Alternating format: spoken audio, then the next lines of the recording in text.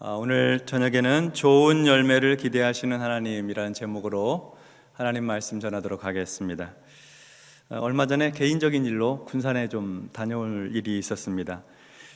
군산은 시고요. 거기서 좀 더 들어가면은 농사 짓는 그 동네가 있는데 옥구라고 하는 동네가 있습니다.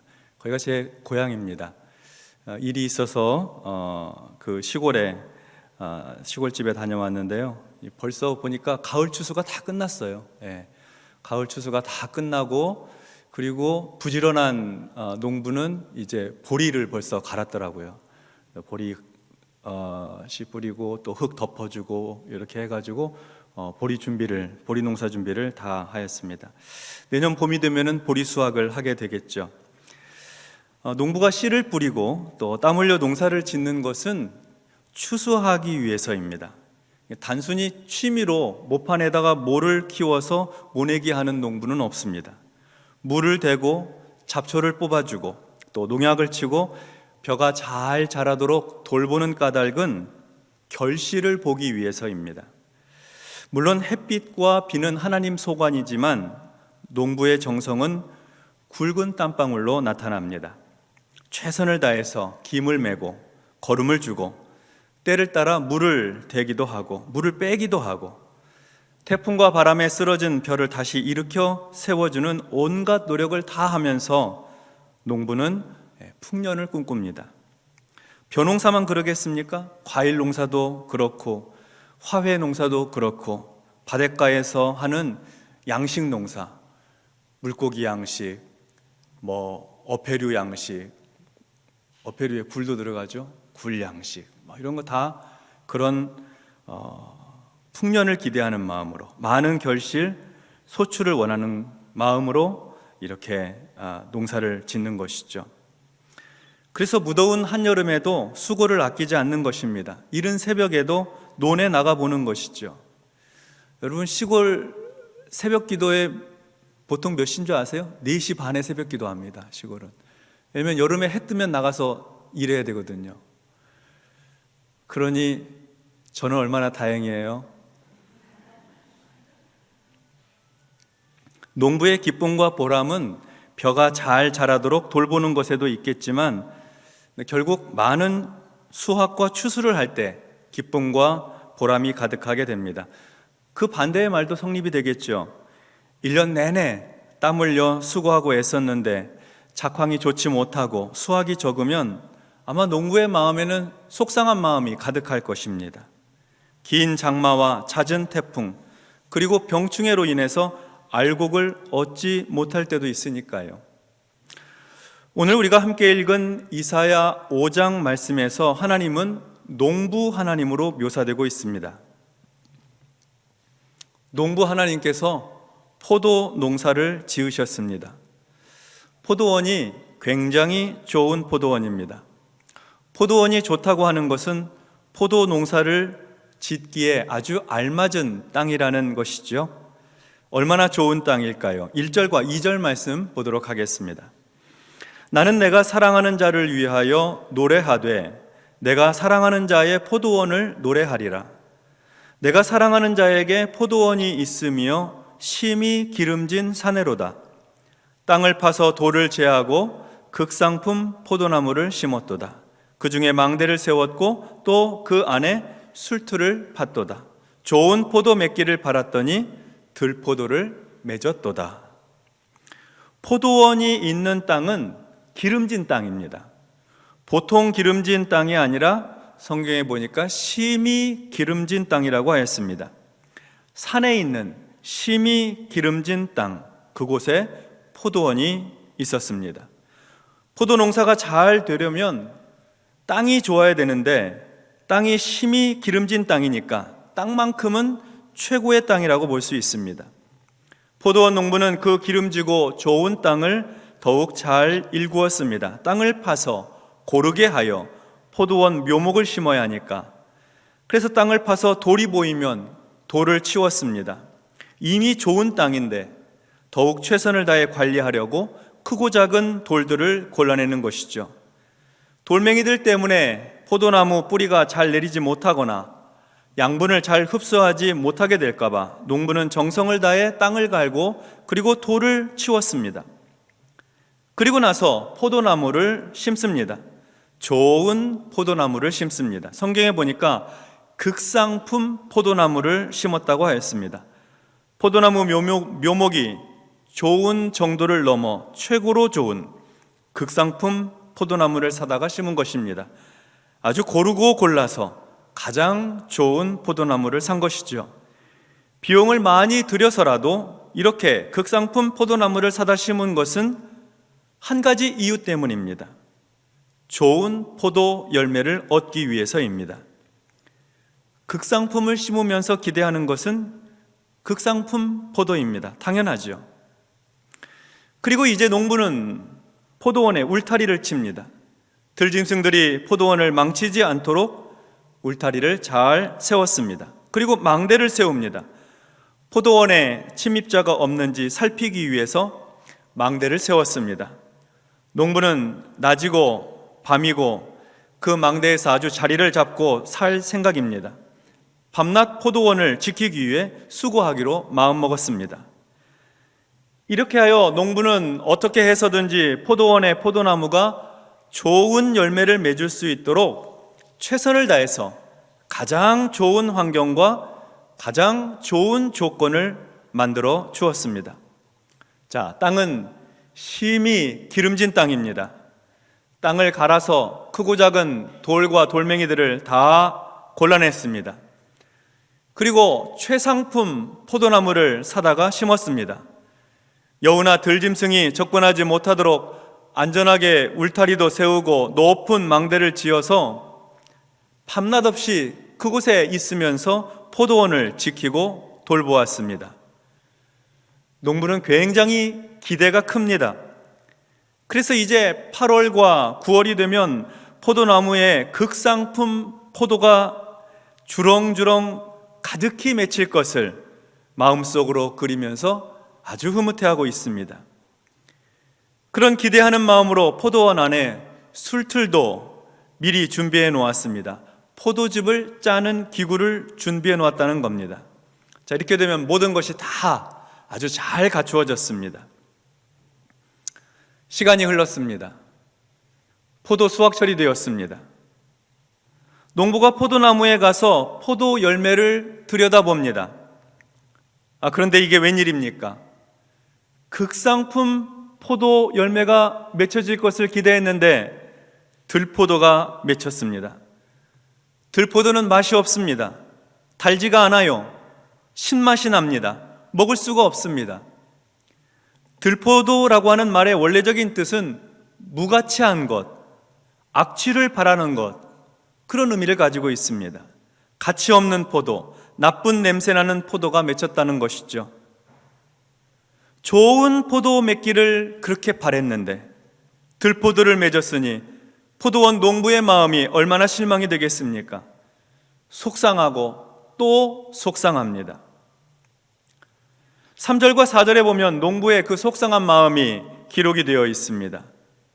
예루살렘 주민과 유다 사람들아, 구하노니 이제 나와 내 포도원 사이에서 사리를 판단하라.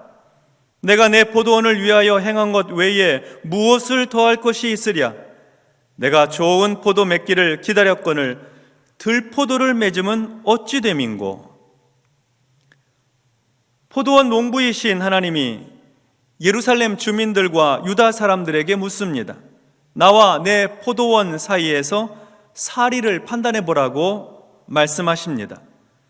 포도원 농부는 포도원을 위해서 할 수 있는 모든 일을 하였습니다. 심히 좋은 땅, 기름진 산에 포도원을 준비하였습니다. 아주 농사짓기 좋은 땅을 준비한 것이죠. 땅을 갈고 돌을 치웠습니다. 가장 좋은 상태를 만들어 주었습니다. 포도나무는 고르고 또 골라서 최상급 포도나무를 사다가 심었습니다. 울타리를 두르고 망대를 세워 밤낮 없이 돌보았습니다. 포도원 농부가 포도원을 위해서 무엇을 더 할 수 있겠습니까? 예루살렘 주민과 유다 사람들에게 묻는 것입니다. 더 할 수 있는 일이 없지요. 포도원 농부가 할 수 있는 최선의 것을 다 했으니까요. 그래서 포도원 농부가 좋은 포도 맺기를 기다렸는데 이렇게 먹을 수 없는 포도, 쓸모도 없는 포도, 들포도를 맺으면 어찌 됨인고 탄식하는 말입니다. 예레미야 2장에 보면 하나님은 예레미야 선지자를 통해서 이스라엘에게 동일한 말씀을 하시는 장면이 기록되어 있습니다. 예레미야 2장 21절인데요. 내가 너를 순전한 참 종자 곧 귀한 포도나무로 심었거늘 내게 대하여 이방 포도나무의 악한 가지가 되면 어찌 됨이냐. 하나님께서 하실 수 있는 모든 좋은 것을 다 갖추어 해 주셨는데 열매는 쓸모없는 것만 맺었습니다. 포도나무 가지가 악한 가지가 된 것입니다. 속상하죠. 실망스럽습니다. 화가 납니다. 예루살렘 주민이나 유다 사람들도 포도원 농부의 마음이 충분히 이해가 되지 않겠습니까? 그들도 포도원을 가꾸는 사람들이거든요. 농사 짓는 사람들이니까 그 마음 잘 이해가 됩니다. 이어서 5절과 6절을 보겠습니다. 이제 내가 내 포도원에 어떻게 행할지를 너희에게 이르리라. 내가 그 울타리를 걷어 먹힘을 당하게 하며 그 담을 헐어 짓밟히게 할 것이요 내가 그것을 황폐하게 하리니 다시는 가지를 자름이나 북을 돋우지 못하여 찔레와 가시가 날 것이며 내가 또 구름에게 명하여 그 위에 비를 내리지 못하게 하리라 하셨으니. 포도원 농부의 기대가 컸는데 들포도를 맺으니 컸던 기대만큼 실망도 커서 포도원에 대해서 이렇게 하겠다고 말씀합니다. 포도원 농부는 포도원 울타리를 걷겠다고 합니다. 울타리를 걷어서 들짐승에게 먹힘을 당하게 하리라 합니다. 더 이상 돌보지 않겠다, 더 이상 보호하지 않겠다 하는 것이죠. 그리고 포도원 담을 헐어서 짓밟히게 할 것이라고 하였습니다. 주인 없는 포도원처럼 아무나 들어와서 황폐하게 만들 것이라고 합니다. 포도원 주인이 다시는 포도나무 가지를 잘라주고 북을 돋워두지 않을 것입니다. 포도나무를 살뜰히 챙기고 돌보지 않을 것이라는 말입니다. 포도 잘 맺을 수 있도록 가지 쳐주고 북 돋워주고 거름 주고 그런 일 이제 안 하겠다는 것이죠. 포도원에 대한 포기 선언입니다. 포도원에는 이제 찔레와 가시가 날 것입니다. 농사를 지을 수 없는 땅이 되고 말 것입니다. 더 이상 소득을 얻지 못하리라는 말씀이죠. 포도원이 포도원 기능을 못하고 포도나무가 포도나무 역할을 할 수 없게 하겠다 하는 것입니다. 그리고 포도원 농부이신 하나님은 구름에게 명령하여 그 포도원 위에는 비를 내리지 못하게 만드신다고 하였습니다. 팔레스타인 땅에 비가 내리지 않으면 그곳에서는 농사를 지을 수가 없습니다. 생물이 자랄 수가 없어요. 메마른 광야가 될 뿐입니다. 이러한 모든 내용은 포도원에 대한, 포도나무에 대한 철저한 심판을 의미합니다. 포도원 농부이신 하나님께서 모든 환경과 상황과 조건을 최고의 것으로 준비해 주셨는데도 불구하고 아무 쓸모없는 들포도를 맺은 포도원, 아름다운 결실을 내지 못한 포도원을 철저하게 심판하시겠다는 말씀입니다. 아주 무서운 경고죠. 무서운 경고입니다. 하나님은 왜 예루살렘 주민들과 유다의 백성들에게 이런 말씀을 하고 계시는 것일까요? 그것은 비유의 말씀입니다. 그리고 그 비유를 풀어주시는 부분이 7절의 말씀입니다. 우리 7절 말씀 같이 합독하도록 하겠습니다. 무릇 만군의 여호와의 포도원은 이스라엘 족속이요 그가 기뻐하시는 나무는 유다 사람이라. 그들에게 정의를 바라셨더니 도리어 포악이요 그들에게 공의를 바라셨더니 도리어 부르짖음이었도다. 아멘. 이사야 선지자는 드디어 이 비유의 말씀을 풀어서 설명합니다. 포도원 농부이신 하나님께서 가꾸신 포도원은 이스라엘 족속입니다. 포도원 농부이신 하나님이 기뻐하셨던 나무는 유다 사람들입니다. 포도원 농부이신 하나님께서 모든 민족과 족속 중에서 뽑고 또 뽑으셔서 이스라엘을 선택하셨습니다. 심히 기름진 땅 가나안 땅에 그 이스라엘이 살 수 있도록 옮겨 심으셨어요. 종살이하던 히브리인들에게, 광야에서 40년 동안이나 유리방황하던 히브리인들에게 하나님은 최상의 조건과 환경을 만들어 주셨습니다. 이보다 더 좋은 조건이 없었습니다. 하나님은 밤낮 없이 이스라엘을 지키고 보호하시면서 그들을 돌보아 주셨습니다. 그래서 하나님은 기대하셨습니다. 하나님의 백성 이스라엘과 유다가 가나안 땅에 살면서 극상품 포도 열매를 맺기를, 곧 정의롭게 살기를 바라셨습니다. 정의롭게 살기를 바라셨는데 시간이 지나고 나서 보니 이스라엘은 정의가 없습니다. 정의 대신에 포악이 가득합니다. 최상급 포도 대신에 들포도가 가득했던 것처럼 정의 대신에 포악이 가득해요. 온갖 폭력과 학대와 불의와 부정이 난무합니다. 하나님은 이스라엘에게 공의를 바라셨습니다. 공의를 바라셨는데 도리어 이스라엘 안에는 부르짖음이 가득합니다. 억울해서 부르짖는 소리, 괴로워서 부르짖는 소리, 고통과 아픔 속에서 신음하는 그 부르짖는 소리, 부르짖음이 가득합니다. 동족끼리 얼마나 억압하고 착취를 했는지 이스라엘 백성들 안에는 부르짖음이 가득했다는 것입니다. 그러니 어떻게 하시겠다는 것입니까? 이스라엘의 담을 허시겠다, 울타리를 치우시겠다고 하는 겁니다. 이방인이 와서 짓밟도록, 이방 민족에게 먹히도록 내놓겠다는 말씀이에요. 더 이상 돌보지 않으시겠다는 것이죠. 더 이상 이스라엘에게 은혜를 베풀지 않으시겠다는 것입니다. 하나님의 무서운 경고와 심판의 말씀입니다.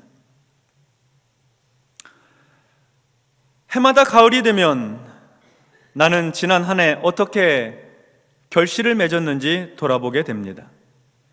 좋은 열매를 잘 맺어왔는지 돌아보는 것이죠. 좋은 반성과 성찰의 시간입니다. 그러나 우리는 단순하게 돌아보는 것에서 그치면 안 됩니다. 우리 예수 믿는 사람들은 하나님 앞에서 좋은 열매를 맺어야 하기 때문입니다. 하나님께서 그것을 기대하시니까요. 하나님은 우리를 예수 그리스도의 십자가 보혈의 은혜로 구원하셨습니다. 우리의 삶을 밤낮으로 지키시고 성령으로 보호하시고 인도하십니다. 우리에게 좋은 교회를 주시고 곁에 좋은 성도들을 주셨습니다. 건강도 주시고 평안한 가정도 주시고 경제적으로도 안정되게 해 주셨습니다. 하나님을 섬기고 이웃을 사랑할 수 있는 신앙생활 하기에 좋은 조건들을 최선을 다해서 만들어 주셨어요. 왜 그렇습니까? 좋은 열매 맺으라고, 귀한 열매 맺으라고, 값진 열매 맺으라고 그렇게 해주셨습니다. 하나님은 우리가 인생에서 좋은 열매를 맺으며 살기를 원하십니다. 하나님께서 우리를 구원하신 이유는, 그리고 우리와 함께 하시면서 우리를 인도하고 계시는 이유는 우리가 우리 삶에서 값진 열매, 하나님께서 기뻐하시는 열매를 맺게 하시려고 하시는 겁니다. 오늘 본문의 맥락처럼 하나님은 우리가 예수 믿는 성도로서 공의롭게 살기를 원하십니다. 정의롭게 살기를 바라십니다. 불의하고 부정한 삶을 버리고 이기적이고 교만한 생각을 버리고 공정하고 거룩하게 살기를 바라시는 것이죠. 하나님을 사랑하고 이웃을 사랑하는 믿음으로 살기를 원하시는 것입니다. 그것이 바로 성도가 맺어야 할 최상품 포도 열매입니다. 우리가 지난 한 해를 돌아보며 우리의 삶을 평가할 때 나는 얼마나 세상에서 더 높아졌나? 나는 얼마나 사람들로부터 더 인정받고 있나? 나는 얼마나 더 많이 소유하게 되었는가? 이런 것으로 우리 삶을 평가할 것이 아니라 나는 지난 한 해 동안 하나님을 얼마나 경외하였는가? 나는 얼마나 정의롭고 공의롭게 살아왔는가? 나는 얼마나 이웃에게 유익이 되는 인생을 살아왔는가? 이런 것으로 평가를 해야 합니다. 우리가 살고 있는 이 세상은 여전히 들포도로 가득합니다. 정치 좀 잘 해달라고 대통령도 뽑고 국회의원도 뽑고 시장도 뽑고 구청장도 뽑았는데 우리의 삶의 형편들을 보아하니 들포도가 가득합니다. 쓸모가 없습니다. 먹을 수가 없습니다. 냄새가 납니다. 너무나 속상합니다. 그래도 우리 믿는 사람들이 들포도가 가득한 이 세상에서 향기나고 맛있는 포도 열매를 맺어야 하지 않겠습니까? 포도원 농부이신 하나님께 기쁨이 되고 세상 사람들에게는 희망이 되는 그런 정의롭고 공의로운 삶을 살아가야 되지 않을까요? 부정한 곳에서 정의로운 삶을 꽃피우고 부패한 곳에서 공의로운 삶을 살아가야 하겠습니다. 포악은 그치고 부르짖음이 사라질 수 있도록 예수 믿는 사람들 정의롭게 살아야 할 줄 믿습니다. 그것이 바로 우리가 하나님 앞에서 살아가는 삶의 자세이고 맺어야 할 삶의 열매입니다. 우리 예수님은 우리가 그렇게 살아갈 수 있도록 우리에게 아주 중요한 말씀을 하셨습니다. 하나님께 기쁨이 되는 좋은 열매 맺으려면 너희 이렇게 해야 한다 하고 아주 구체적으로 말씀하셨어요. 우리가 잘 아는 말씀이죠. 요한복음 15장 1절로 5절의 말씀입니다. 같은 맥락의 말씀이에요. 우리 같이 이 말씀 합독하도록 하겠습니다. 나는